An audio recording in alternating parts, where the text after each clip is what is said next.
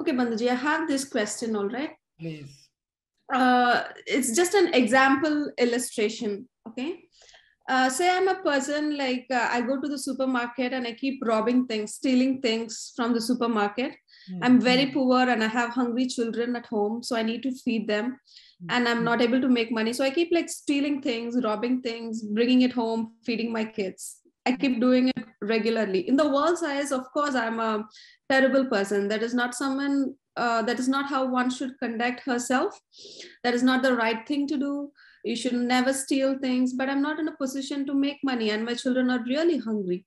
So I do that. On the other side, like let's say the same like Harini as a person, uh, I'm always up and about to help a person, like a karma yogi sort of. If somebody needs some help, I'm the first one in the line.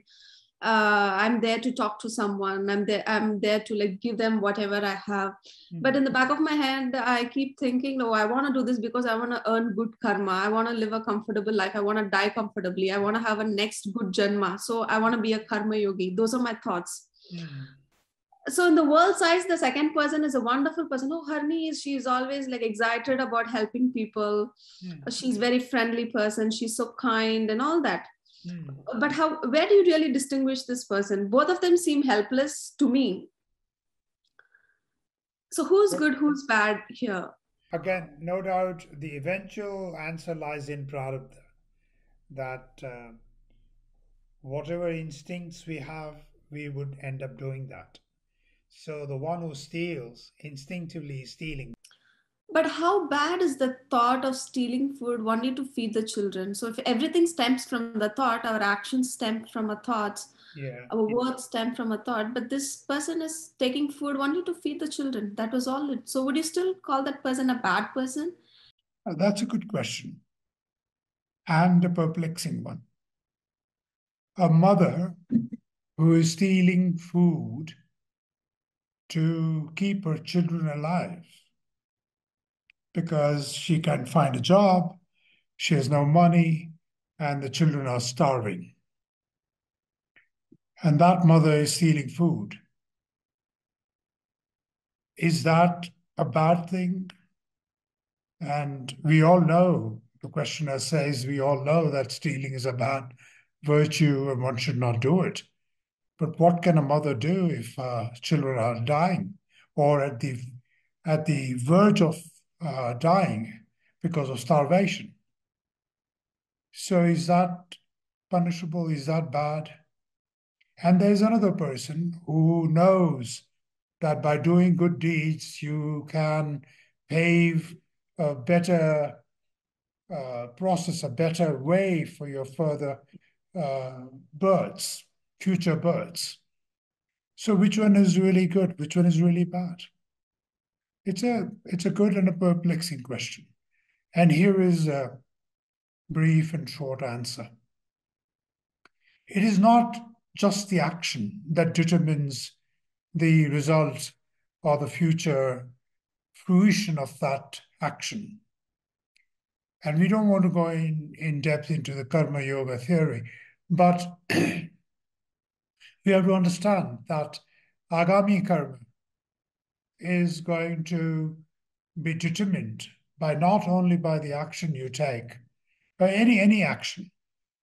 God doesn't see just the action, he sees the intent behind the action. If the intent is good, the action doesn't really matter in essence. So here the intent of the mother is to keep her children alive. If she steals only for the children and does not partake in that stolen food, then her intent is very good. And if she also says and knows and practices that whatever I steal, I'm only going to steal for my kids only when they need it. I'm not going to take portion out of it for myself. And I'm not going to steal anything else but just food. Then the intent is not punishable intent. I'm not talking of punishment. I'm talking of intent is not going to be non-conducive to her future fruition of that action, because the intent is pure. And that's what we have to understand, all of us. It is not my actions that give me any results. It is my intent that my Devata either benefits me, gives me credit or discredit for. Now take the second example that the questioner raised, and that was that the other person is doing a lot of good deeds because that person knows that by doing good actions, she or he is paving the way for better future lives. Now here again, it's also very tricky. If that person is doing all good deeds, but the intent is not good, intent is only to make herself or himself look good, and is not really looking after anybody, not helping any poor people, not helping thy neighbor, not helping anybody really out of real genuineness, then that person's actions are fruitless. They are not good. And the intent is not pure. The intent is selfish. I want to be better and I want to do this. But all this, again, one last word on this is, all this is going to depend on prarabdha. The fruition of those actions that have been taken in previous births is now paving the way of the course of my life, is carving out the path of this life, this jiva, based on the actions taken in previous births, which have come to fruition now. So that's the final word.